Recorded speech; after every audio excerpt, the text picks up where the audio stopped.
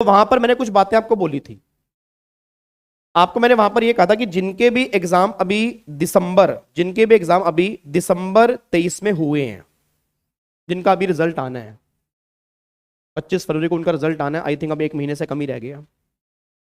तो उस एग्जाम में जो नॉर्मल स्कीम उन्होंने पढ़ी थी वो अब नॉर्मल स्कीम नहीं रही। मतलब अब अमेंडमेंट के बाद क्या हो गया, फाइनेंस एक्ट 2023 के बाद क्या होगा, आपको मैंने कहा 3 चेंज आए थे। पहला चेंज ये आ गया कि जो 115 बीएससी था, पहले ये ऑप्शनल स्कीम थी, अब ये स्कीम बन चुकी है डिफॉल्ट स्कीम। पहला चेंज ये आया। और जो पहले नॉर्मल स्कीम थी अब वो बन चुकी है ऑप्शनल स्कीम। मतलब अगर एग्जाम में क्वेश्चन बनेगा डिफॉल्ट स्कीम से क्वेश्चन सोल्व करो तो 115 बीएससी यूज करना है। अगर वो बोलेगा ऑप्शनल स्कीम से क्वेश्चन टेक्स्ट निकालो तो फिर हमें नॉर्मल स्कीम यूज करनी है। एक चेंज तो ये आ गया, ठीक है नहीं। दूसरा चेंज क्या आ गया, पहले 115 बीएससी एप्लीकेबल था सिर्फ इंडिविजुअल और एचईएफ वाले केस में। अब ये इंडिविजुअल, एचईएफ, एओपी, बीवाई और एजेपी वाले केस में एप्लीकेबल हो चुका है। नॉर्मल स्कीम तो पहले से ही उन सब पे एप्लीकेबल होती थी। अब 115 बीएससी भी इंडिविजुअल, एचईएफ, एओपी, बीवाई और एजेपी वाले केस में भी आ चुका है। तीसरा चेंज फिर मैंने कहा था ये आया कि आपकी जो 115 बीएससी है उसमें एग्जम्पशन लिमिट होती थी दिसंबर के लिए आपकी 2.5 लाख रुपए। अब वो लिमिट कितनी हो चुकी है, 3 लाख। ये 3 चेंज आपको मैंने पहले बताए थे। अब मैं बता रहा हूं चौथा चेंज, जो सबसे बड़ा चेंज आया है कि आपके टैक्स रेट ही चेंज हो चुके हैं 115 बीएससी के। दिसंबर 23 वालों ने कुछ अलग पढ़े थे और जून 24, दिसंबर 24 में कुछ अलग है। और ये इतना बड़ा चेंज है, इसके बेस पे सारे इनकम टैक्स में क्वेश्चन ही चेंज हो जाएंगे। क्योंकि देखो किसी अलग चैप्टर में चेंज आता है ना, बात बन जाती है, क्योंकि वहां टैक्स निकालने में फर्क नहीं पड़ रहा। इस चैप्टर में चेंज आ गया, टैक्स निकालने के अंदर ही फर्क पड़ गया। क्योंकि जहां भी अब टैक्स निकलने को आएगा, अगर वो दिसंबर 23 वाला काम करेंगे तो सारे आंसर गलत ही आएंगे, क्योंकि वो रेट ही नहीं है, वो स्कीम ही चेंज हो चुकी है।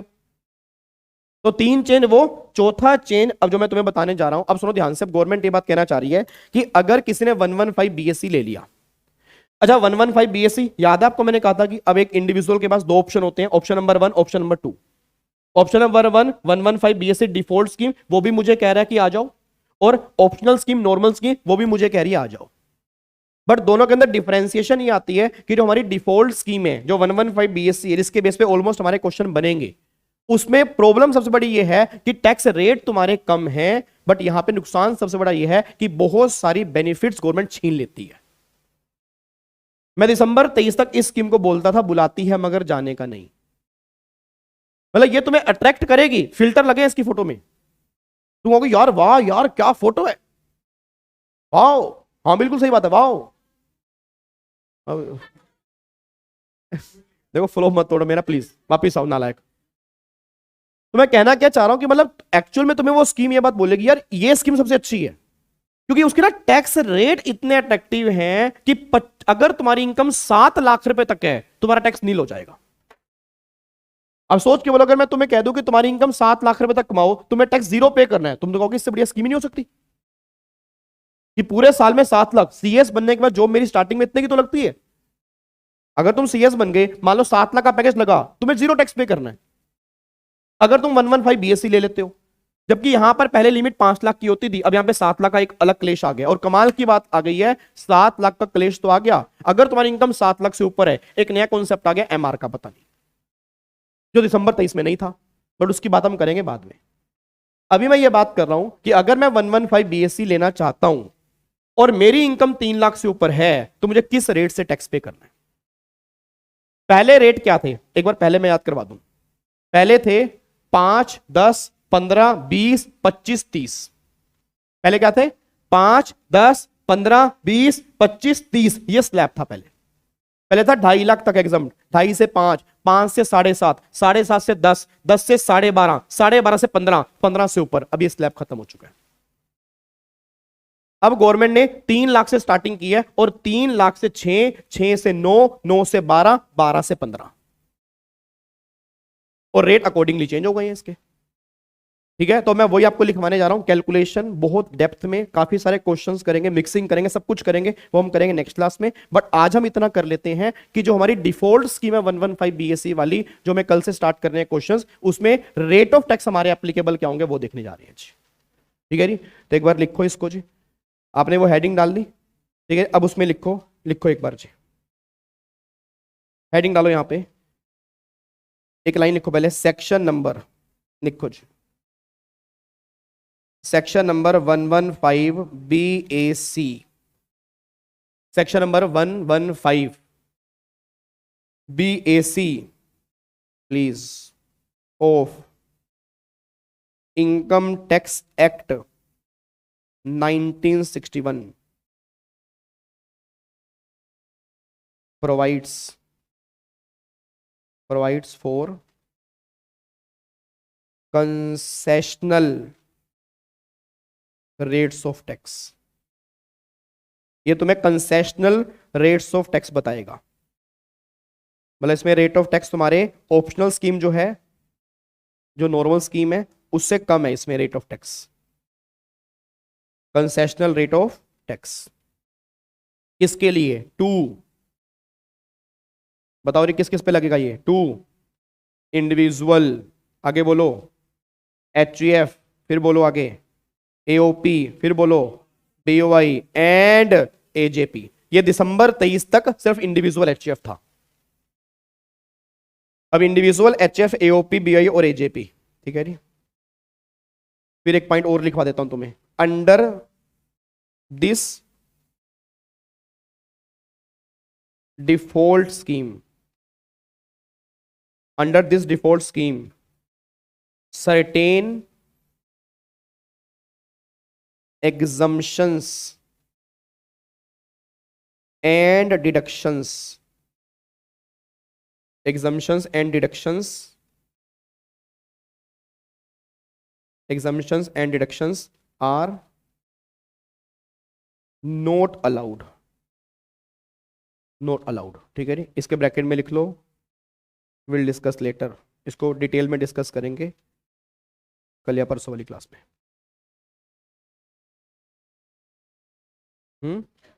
कंपनी के ऊपर 115 BSC नहीं है, उसके ऊपर 115 BEE है और 115 BAB है, वो आगे रखे हमारा आएगा जी, ठीक है जी।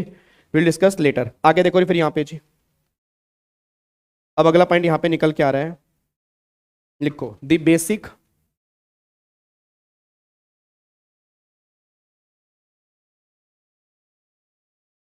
Exemption limit under 115 BAC is, अब बताओ कितनी है? 2.5 लाख या 3 लाख? 3 लाख, अब 3 लाख है, 3 lakh. This means no tax payable by an assessee, by an assessee, ठीक है जी, with total income up to 3 lakh. उसको 3 लाख तक कोई टैक्स पे नहीं करना अगर उसकी टोटल इनकम 3 लाख तक है पूरे साल की, ठीक है। अब यहां पे सबसे मेन बात स्टार्ट हो रही है, the tax rates, the tax rates under section 115 BAC is as follows. अच्छा एक बात मेरे को बताना, ये टैक्स रेट तुम्हें फाइनेंस एक्ट में दिए हैं, इनकम टैक्स एक्ट में दिए हैं? इनकम टैक्स एक्ट में, ठीक है ना। नॉर्मल स्कीम वाले फाइनेंस एक्ट में, डिफॉल्ट स्कीम वाले 115 BAC इनकम टैक्स एक्ट में, ठीक है ना। तो ये रेट हमें इनकम टैक्स एक्ट में दिए हुए हैं। अब देखो जी वो रेट कौन कौन से हैं, लिखो जी, अब यहां पे लिखो सीरियल नंबर, यहां पे टोटल इनकम और यहां पे रेट ऑफ टैक्स। लो जी, सबसे पहला जी, अगर total income up to ₹3 lakh तो टैक्स हो गया नील, ठीक है। 3 लाख तक कोई टैक्स पे नहीं करना आपको। सेकंड, फ्रॉम ₹3 लाख, ठीक है, टू ₹6 लाख 5% हो गया। पहले दिसंबर 23 में कुछ अलग था, थर्ड में फ्रॉम ₹6 लाख टू ₹9 लाख, यहां पे हो गया आपका 10%। फ्रॉम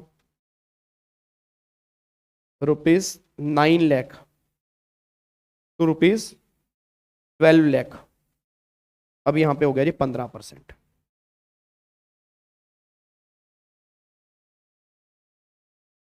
फिर फ्रॉम ₹12 लाख टू ₹15 लाख, अब हो गया 20%। अब पहले ना 20 के बाद पहले 25 भी था, अब 25 खत्म हो गया, अब सीधा 20 के बाद 30 है।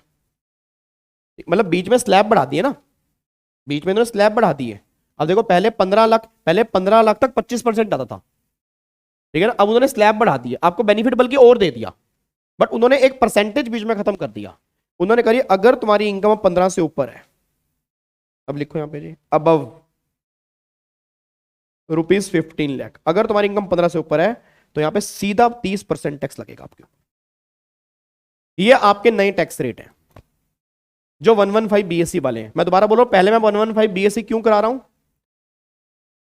पहले 115 बीएससी हम क्यों कर रहे हैं, क्योंकि वो क्या स्कीम है, डिफॉल्ट। क्योंकि नॉर्मली क्वेश्चन अब इसके बनने हैं, ठीक है ना, नॉर्मली क्वेश्चन जो बनने हैं इसके बनने हैं। मैं नहीं कह रहा उसके नहीं बनेंगे, उसके भी बनेंगे, उसके भी बनेंगे, वो ऑप्शनल स्कीम है, उसके भी बन सकते हैं, उसको भी हम डिस्कस करेंगे। बट पहले डिफॉल्ट स्कीम हम डिस्कस कर ले, देन फिर नॉर्मल स्कीम में रेट ऑफ टैक्स कौन कौन से होंगे वो भी हम डिस्कस कर लेंगे, ठीक है जी। अभी हम बात करें एक बार डिफॉल्ट की। अब सारे बच्चे एक बार मेरे को बोल दो, पहली बात तो ये सोच के बोलो अब डिफॉल्ट स्कीम कौन सी है, नॉर्मल स्कीम मतलब पुराने वाली स्कीम डिफॉल्ट स्कीम है या नए वाली स्कीम डिफॉल्ट स्कीम है। और डिफॉल्ट का मतलब क्या है कि नॉर्मली हमें मिलेगी कौन सी, डिफॉल्ट। अगर हमें वो लेनी है तो वो हमें ऑप्शनल में लेनी होगी, नहीं तो हमें क्या मिल जाएगी, ये वाली स्कीम मिल जाएगी। ये वाली स्कीम कहां पे लिखी हुई है, section number 115 BSc, finance act में या इनकम टैक्स एक्ट में। ये स्कीम किस पर लगेगी, इंडिविजुअल एचईएफ एओपी बीओवाई एजेपी। इंडिविजुअल कौन से, रेजिडेंट नॉन रेजिडेंट या सारे, कोई भी हो। अच्छा एज क्या हो, 60 से कम, 60 से ऊपर, 80 से कम, 80 से ऊपर है, कोई भी हो, तो ऑल कैटेगरी ऑफ इंडिविजुअल पर ये रेट लगेंगे।